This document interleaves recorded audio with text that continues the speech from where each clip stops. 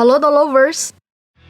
Sejak terbentuk pada 9 April 1946, TNI Angkatan Udara menjadi salah satu benteng pertahanan kedaulatan NKRI yang punya andil besar. Tentunya menengok segi alutsista yang dimiliki. Dari masa ke masa terus mengalami perubahan dan mencoba menjadi yang terdepan. Berikut, Auto Populer bakal menyajikan transformasi kendaraan militer Angkatan Udara Indonesia.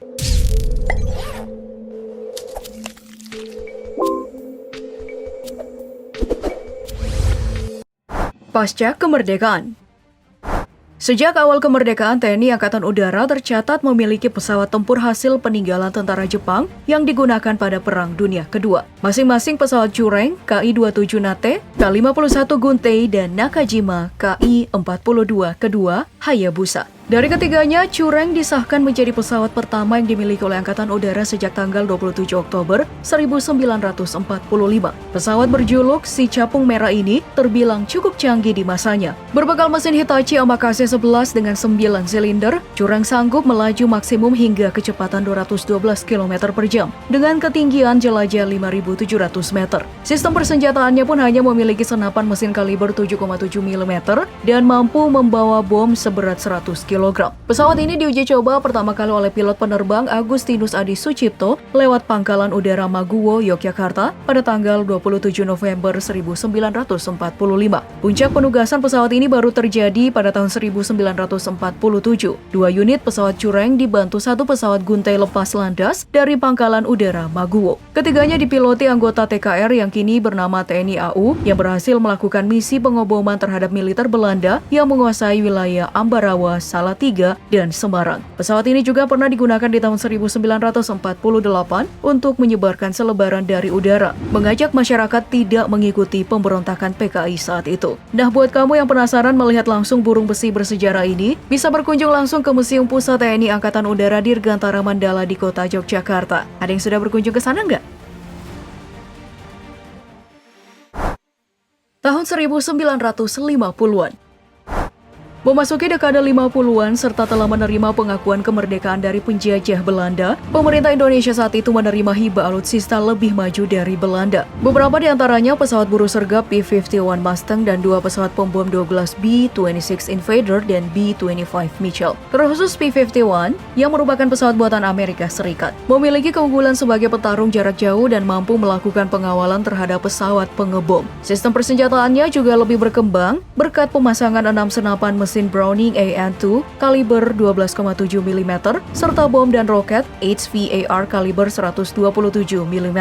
Salah satu pesawat tempur terbaik di Perang Dunia Kedua ini juga telah dibekali mesin Rolls-Royce Merlin bertenaga 1.500 tenaga kuda. Karena terbilang alutsista baru, AURI bahkan mendatangkan langsung instruktur dari Amerika Serikat untuk membekali personil penerbangnya saat itu. Berbagai operasi militer seperti Operasi Tegas di Sumatera tahun 1955, Operasi Trikora di tahun 1960-an, hingga Operasi Sambar Kilat di tahun 1966 pun berhasil dijalankan oleh pesawat berjuluk si Cocor Merah ini, sebelum pada akhirnya harus dipensiunkan sekitar tahun 1970-an. Di dekade yang sama untuk pertama kalinya TNI Angkatan Udara mengenal teknologi pesawat jet dengan kehadiran 8 unit pesawat di H-115 Vampire. Jet buatan Inggris ini menggandeng mesin Goblin 35 Centrifugal Turbojet yang sanggup melejit dengan kecepatan maksimum hingga 822 km per jam. Sedangkan pada bekal persenjataannya sendiri dibekali 4 cannon kaliber 20 mm yang terletak pada bagian bodi dan mampu membawa bom seberat 900 kg. Kehadiran pesawat di H-115 Vampire ini pula yang menghadirkan Skadron Udara ke-11 di tahun 1957. Disusul kedatangan armada tambahan berupa pesawat MiG-15, MiG-17 serta MiG-19 Farmer, pesawat pembom Ilyushin Tu-28 dan dari jenis helikopter ada Hiller 360 Utility yang menjadi helikopter kepresidenan pertama yang digunakan oleh Presiden Soekarno. Wah, udah mulai canggih ya ternyata di tahun 50-an. Tahun 1960-an. Dekade berikutnya, kekuatan militer Indonesia khususnya matra udara menjadi semakin disegani di wilayah Asia Tenggara. Hal ini berkat hadirnya jenis pesawat tempur yang lebih canggih buatan Blok Barat dan Timur saat itu. Dari Blok Barat, TNI AU disokong pesawat latih Beechcraft T-34 Mentor yang melahirkan penerbang handal. Lalu ada Hercules C-130 sebagai pesawat angkut berat, jet bisnis C-140 Jetstar yang juga menjadi pesawat kepresidenan sang proklamator kala itu. Dan beberapa jenis helikopter, salah satunya hibah dari Amerika Serikat S-50AT Sikorsky. Sedangkan dari Blok Timur tercatat ada jet MiG-19 dan MiG-21 yang dipakai dalam operasi pembebasan Irian Barat. Lalu ada juga pesawat angkut berat Antonov AN-12 Cup, pesawat pembom Tupolev Tu-16 Badger, dan beberapa unit helikopter. Salah satunya adalah Mil Mi-4 buatan dari Uni Soviet. Dari keseluruhan tambahan alutsista di atas tadi, jet tempur MiG-21 lah yang memiliki keunggulan paling dahsyat. Pesawat bermesin tunggal ini sanggup terbang dengan kecepatan supersonik yang membuat ketar-ketir penjajah Belanda, Amerika Serikat, dan sekutu lainnya. Saat Presiden Soekarno kala itu menantang perang terbuka di tahun 1960-an. Alhasil, Irian Barat pun berhasil direbut tanpa pertempuran. Sistem persenjataan MiG-21 dilengkapi dengan 2 rudal kendali K-13 yang sudah berteknologi inframerah dan senapan mesin kaliber 12,7 mm. Terdapat 2 jenis MiG-21 yang pernah dimiliki Indonesia, yakni 20 unit MiG-21 F-13 double seat dan 2 unit MiG-21U single seat. Namun sayang, langkanya suku cadang membuat para burung pemburu ini harus dikandangkan dan menjadi koleksi museum dan monumen, salah satunya di Institut Teknologi Bandung. Tapi sebelum kita masuk ke pembahasan selanjutnya, ada baiknya kalau kamu semua klik tombol like, subscribe, dan aktifkan lonceng notifikasi agar gak ketinggalan informasi menarik dari channel Auto Populer. Mari kita lanjut. Tahun 1970-an. Pengembangan pun terus dilakukan untuk melengkapi peta kekuatan militer terkhusus udara. Pembelian OV-10 Bronco di tahun 1970-an menjadi armada baru saat itu. Pembelian ini berbeda dari sebelumnya, di mana pesawat ini merupakan pesawat serang ringan berbaling-baling dan mampu digunakan juga sebagai pesawat angkut yang begitu sangat handal dan mudah dalam pengoperasian. Sebanyak 16 unit pesawat berjuluk si kampret ini pernah terlibat dalam konflik Timor Timur. Dari segi persenjataan, pesawat ini punya keunggulan karena mampu membawa senapan mesin M60C yang mampu ditempatkan dimanapun. Selain itu ada juga rudal udara ke udara AIM-9 Sidewinder, lalu roket peluncur, tube launcher for 2.75 FFARS, dan mampu membawa bom peledak hingga berat 3 ton. Pembelian pesawat tempur lainnya juga berupa F-86 Avon Sabre dan pesawat latih Lockheed T-33 Bird, AT-16 dan Beechcraft T-34 Mentor. Tahun 1980-an.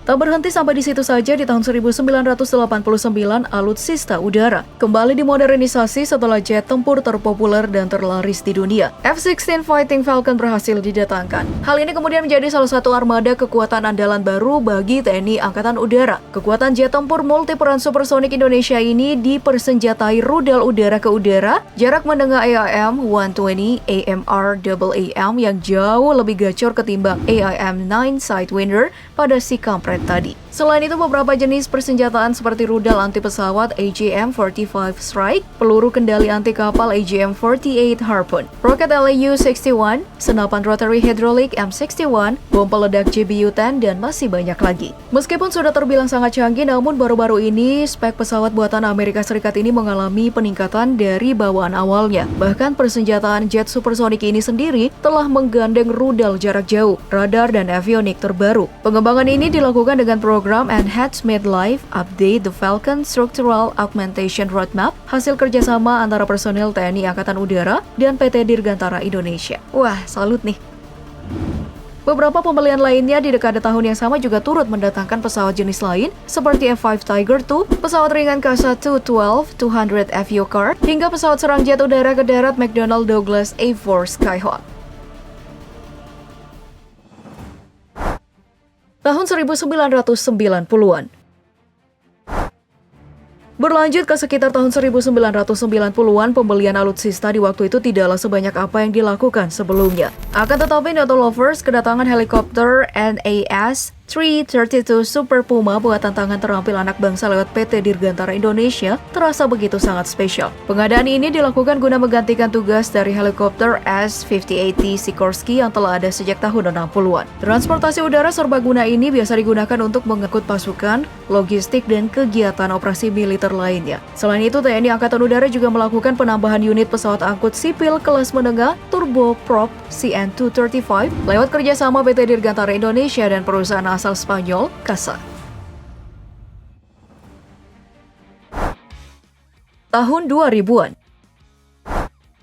Barulah di dekade 2000-an, boleh dibilang saat itu TNI Angkatan Udara semakin agresif meningkatkan kekuatannya dengan melakukan pembelajaran gila-gilaan terhadap beberapa jenis pesawat militer. Mulai dari pesawat latih yang kecepatannya sudah di atas kecepatan suara atau supersonik, yaitu pesawat T-50 Golden Eagle. Lalu ada juga pesawat anti-gerilya Embraer EMB 314 Super Tucano hingga pembelian Sukhoi yang merupakan pesawat dengan teknologi mutakhir dan paling canggih yang dimiliki saat ini. Terkhusus Sukhoi yang dibeli pemerintah Indonesia sendiri merupakan tipe Sukhoi Su-27 dan Su-30. Selain jago dalam manuvernya, Su-27 sendiri dibekali dengan kekuatan tempur berat mulai dari rudal R-27, R-73, R-77, KH-31, dan terdapat pula senapan mesin GSH-31.